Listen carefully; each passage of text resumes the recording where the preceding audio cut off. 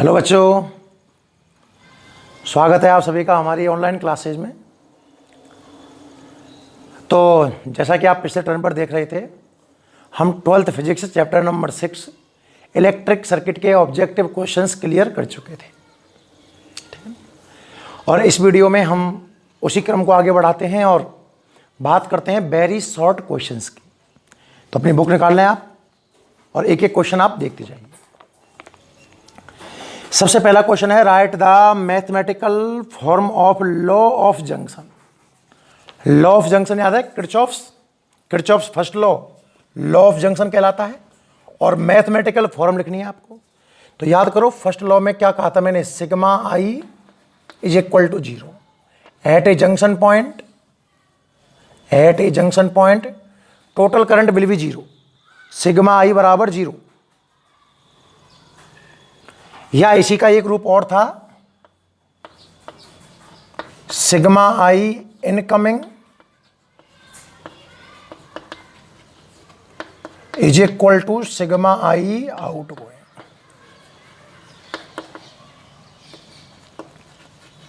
कि junction point पर आने वाला टोटल करंट इनकमिंग और आउट गोइंग टोटल करंट दोनों इक्वल होंगे।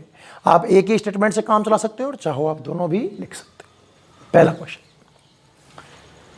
सेकंड क्वेश्चन है, on which law conservation of the law of voltage depend. Law of voltage का मतलब ये किरचॉफ सेकंड लॉ की बात कर रहा है। याद कीजिए, किरचॉफ फर्स्ट लॉ करंट से रिलेटेड है और किरचॉफ सेकंड लॉ वोल्टेज से रिलेटेड है। और जो किरचॉफ सेकंड लॉ है, याद करो, ये एनर्जी कंजर्वेशन पर बेस्ड है। Kirchhoff first law charge conservation पर है और Kirchhoff second law energy conservation पर। सवाल बोल रहा है कि on which conservation voltage law किस कंजर्वेशन में बेस्ड है, तो आप आंसर लिखोगे एनर्जी कंजर्वेशन। एनर्जी कंजर्वेशन समझ में आ रहा है सबको। पहला जो क्वेश्चन था वो था मैथमेटिकल फॉर्म लिखनी थी आपको किरचॉफ के फर्स्ट लॉ की, सिग्मा आई बराबर 0। सेकंड की अगर लिखनी होती मैथमेटिकल फॉर्म तो सिग्मा वी बराबर 0। फर्स्ट लॉ चार्ज कंजर्वेशन पर बेस्ड है और सेकंड लॉ एनर्जी कंजर्वेशन पर बेस्ड है। क्लियर है ना। Next question number 3, write the condition for the balancing Wheatstone bridge. आपको याद है बैलेंसिंग व्हीटस्टोन ब्रिज, तो बैलेंसिंग कंडीशन थी P upon Q is equal to R upon S। और आपको पता होना चाहिए P Q R S क्या है। एक रेक्टेंगुलर लिया गया था इस टाइप में, चाहो तो साथ में बना भी देना ताकि वो एग्जैक्ट समझ पाए कि P Q R S कौन कौन से रेजिस्टेंस है। एक डायगोनल को तो बैटरी और की से कनेक्ट किया गया था और दूसरे डायगोनल पर गैल्वेनोमीटर और दूसरी की लगाई गई थी। इसको आपने P और Q एक साइड पर तो और दूसरी पर R और S। और याद करो, बैलेंसिंग कंडीशन का मतलब था कि जब K1 और K2 दोनों को ऑन कर दिया जाए तो गैल्वेनोमीटर में डिफ्लेक्शन आना चाहिए था 0। और in balancing condition Wheatstone bridge में आप याद कीजिए P अपॉन Q का जो रेशियो है वो R अपॉन S के इक्वल होता है। मतलब रेजिस्टेंस का रेशियो कांस्टेंट रहता है। तीनों बहुत ही क्वेश्चन है। पहले में फर्स्ट लॉ का मैथमेटिकल फॉर्म पूछा गया है, दूसरे में प्रिंसिपल पूछा गया है सेकंड लॉ का, और तीसरे में व्हीटस्टोन की बैलेंसिंग कंडीशन को उसने जानना चाहा। Question number 4, what is the principle of meter bridge. Meter bridge का क्या प्रिंसिपल है, बहुत सरल है, व्हीटस्टोन ब्रिज। जो मीटर ब्रिज है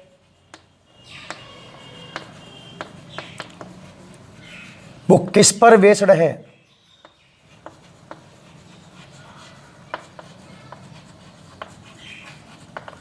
व्हीटस्टोन ब्रिज पर। जो मीटर ब्रिज है वो व्हीटस्टोन ब्रिज पर बेस्ड है। ठीक है। Next, what is the potential gradient of a potential meter depend upon the temperature of wire. ध्यान से सुनना, अच्छा क्वेश्चन है। मैं आपको ये बोलता हूं हमेशा कि जो मीटर ब्रिज और पोटेंशियल मीटर है, इनकी की को केवल इतने समय ऑन रखना है जब आप रीडिंग ले रहे होते हैं, और जब रीडिंग पूरी हो जाती है तो तुरंत ऑफ कर देते हैं। उसका रीज़न क्या था कि अगर वायर में लंबे समय तक करंट फ्लो होगा तो due to heating effect wire गर्म होगा, वायर गर्म होगा तो उसका रेजिस्टेंस बढ़ेगा, आपको पता होगा चैप्टर नंबर 5। कंडक्टर और अलॉय, जब आप टेम्परेचर इंक्रीज करते हो तो रेजिस्टेंस इंक्रीज होगा, और रेजिस्टेंस इंक्रीज होने से पोटेंशियल ग्रेडियंट चेंज होगा। सुनना ध्यान से, पोटेंशियल ग्रेडियंट का फॉर्मूला क्या है? x is equal to B upon L, यही तो है, और v कितना है? I R upon L. अब दिमाग लगाने वाली बात यह है कि पोटेंशियल ग्रेडियंट रेजिस्टेंस के प्रोपोर्शनल है, और आप जानते हो कि रेजिस्टेंस टेम्परेचर के प्रोपोर्शनल है।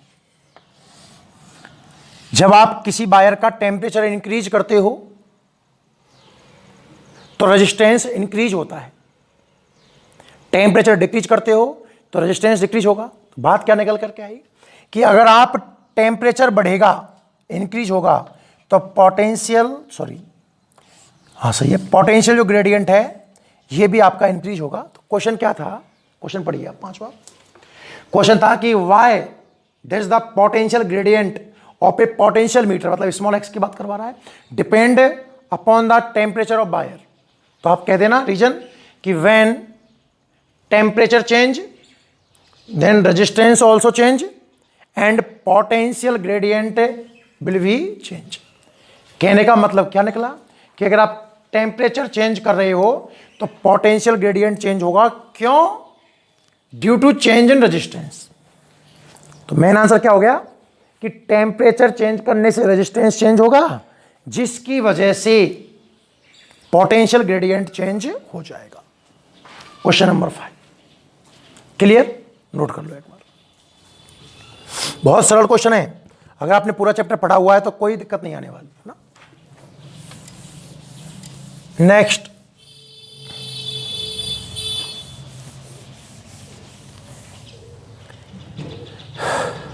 बात करें क्वेश्चन नंबर 6 की।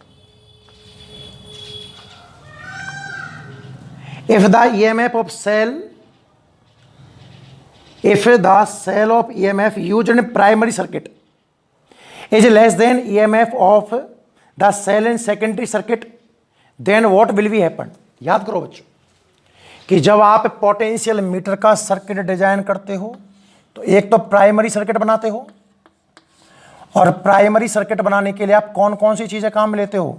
बैटरी ईपी, स्विच के एंड रियोस्टेट आरएच, ये वायर होता है। ऊपर का सर्किट हो गया प्राइमरी, और सेकेंडरी सर्किट बनाने के लिए आप एक सेल काम में लेते हो, ईएमएफ मान लो इसका, और इसे आप गैल्वेनोमीटर से जॉकी से कनेक्ट करते हो। आपको याद होना चाहिए।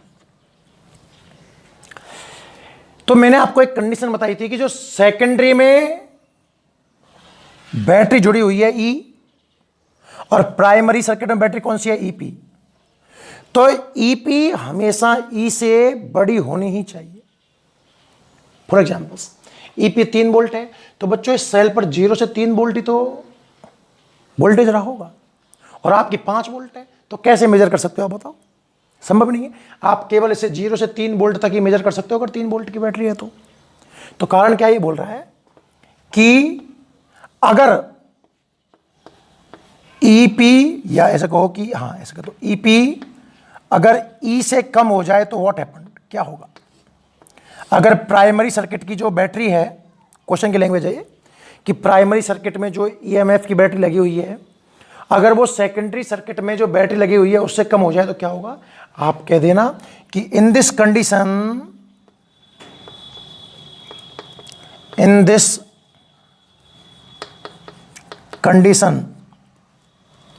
वी कांट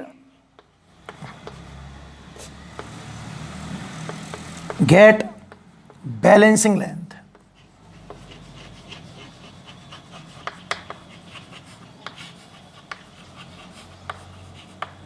इस कंडीशन में आपको कभी भी बैलेंसिंग लेंथ नहीं मिलेगी, और जब बैलेंसिंग लेंथ ही नहीं मिलेगी तो तुम्हारा काम नहीं चलेगा।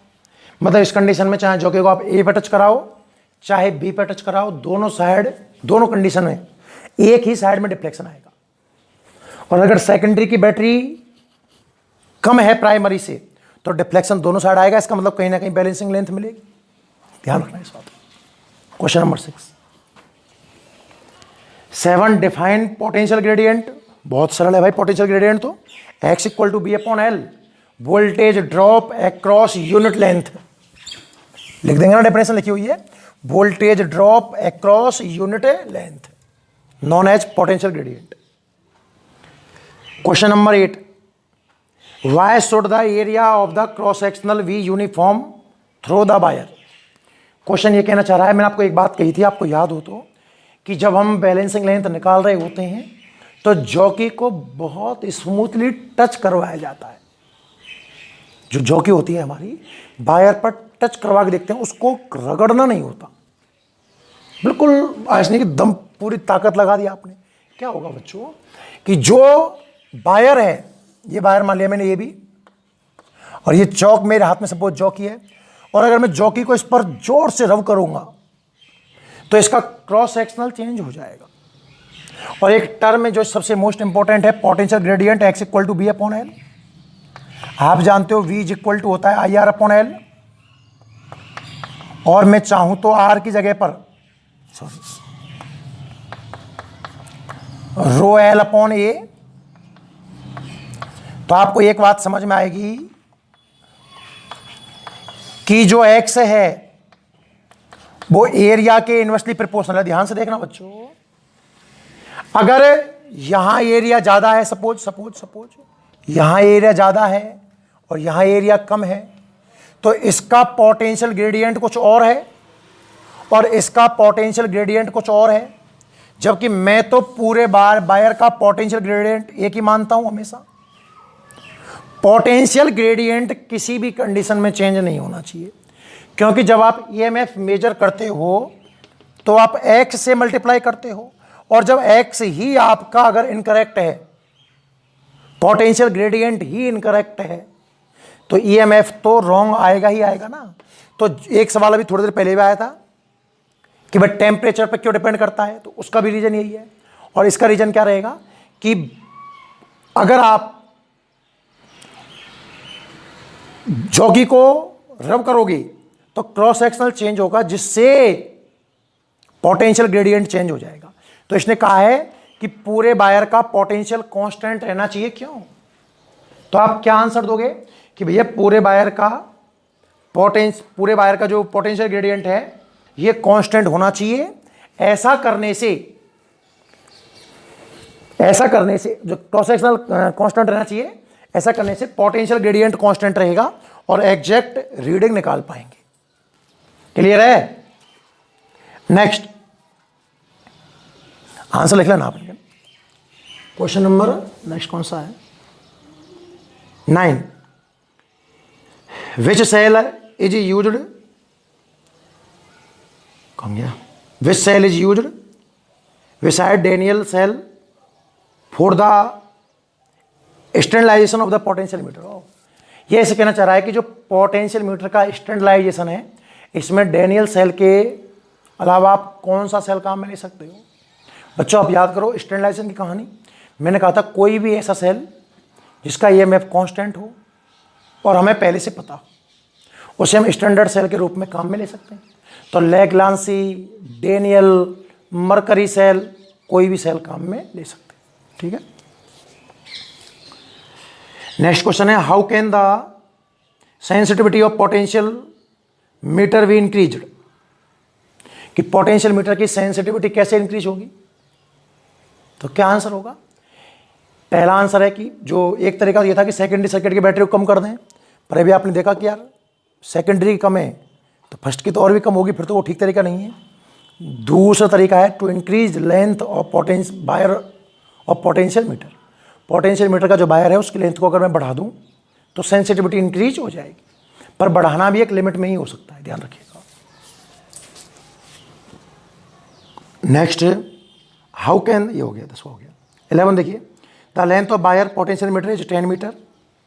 ए standard cell of 1.1 volt is balance at length 8.8 meter. देख रहे ध्यान से, जो पोटेंशियल मीटर है इसकी टोटल लेंथ, उस वायर की मैक्सिमम लेंथ या टोटल लेंथ 10 मीटर है। जो स्टैंडर्ड सेल काम में लिया है वो 1.1 वोल्ट का है, और स्टैंडर्ड सेल की जो बैलेंसिंग लेंथ है वो 8.8 मीटर है। दोबारा पढ़िएगा बच्चों, question number 11। The length of wire of potentiometer is 10 meter, a standard cell of 1.1 volt balance at length 8.8 meter of wire. What is the maximum potential difference measured by the potential meter. E max कितना measure कर सकता है ये? अब आप थोड़ा दिमाग लगाइएगा भाई। ई बराबर होता है एक्सएल, ऐसे मापते आप ई बराबर एक्सएल, पर ये कह रहा है कि ई मैक्सिमम निकालना है। तो भाई एक्स जो है सो है, इन दो आंकड़े से आप एक्स निकाल सकते हो। एक्स का फॉर्मूला क्या होगा? E S upon L not. E S कितना? 1.1 वोल्ट, ये 8.8, 1/8 आएगा वोल्ट अपॉन मीटर। तो मैक्सिमम लेंथ कितनी हो सकती है भैया? मैक्सिमम लेंथ तो पोटेंशियल मीटर के बाहर की लेंथ जितनी हो सकती है। जमा दो, ई मैक्स निकालना है। एक्स 1/8 एंड लेंथ 10 मीटर, तो 10/8 का मतलब 5/4 और 5/4 का मतलब 1.25 वोल्ट। तो आप इस कंडीशन में मैक्सिमम 1.25 वोल्ट मेजर कर सकते हैं। समझ में आया ना? मैक्सिमम ये मैं पूछा है, तो लेंथ मैक्सिमम, और मैक्सिमम लेंथ हो सकती है at last length of wire of potential meter. Next question number 12, the copper wire is not used in the potential meter by. Potential meter में क्या आप कॉपर वायर काम में ले सकते हो? नहीं ले सकते।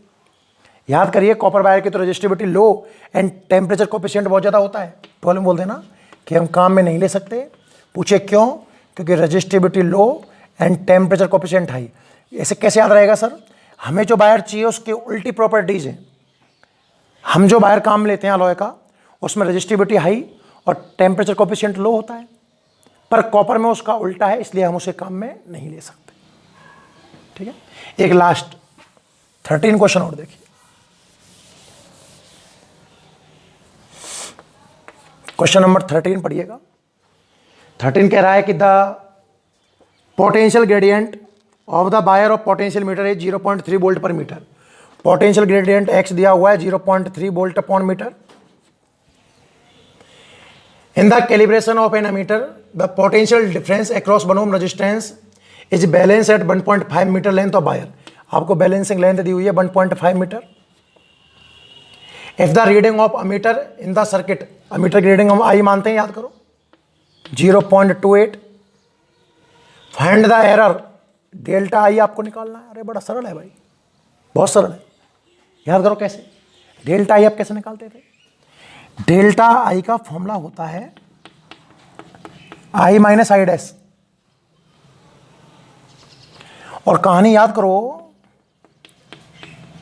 जब रेजिस्टेंस 1 ओम का है तो आई डैश और बी डैश बराबर है,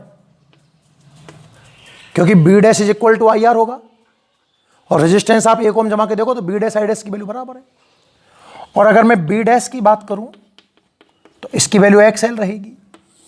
सारे आंकड़े जमा तो इसके अंदर आई है 0.28 माइनस एक्स एल, एक्स कितना है 0.3, और बैलेंसिंग लेंथ है 3/2 लिख दो या 1.5 लिख दो, कोई दिक्कत नहीं। सॉल्व करना 0.28 माइनस 0.45 आ गया शायद, 15 गुणा 3 45, 2 के बाद 0.45। तो डेल्टा आई पहली बात तो नेगेटिव में आया, कितना आया 7.5, सही है ना? 0.17 एम्पियर। ठीक है, ये हेडिंग थी आपकी कैलिब्रेशन ऑफ मीटर से आई है। उम्मीद करता हूं कि यहां तक आप लोगों को सारे क्वेश्चन समझ में आ गए होंगे। ठीक है, इनको नोट कर लो, बाकी फिर नेक्स्ट क्लास में इसके न्यूमेरिकल्स देख लेंगे। ठीक है बच्चों।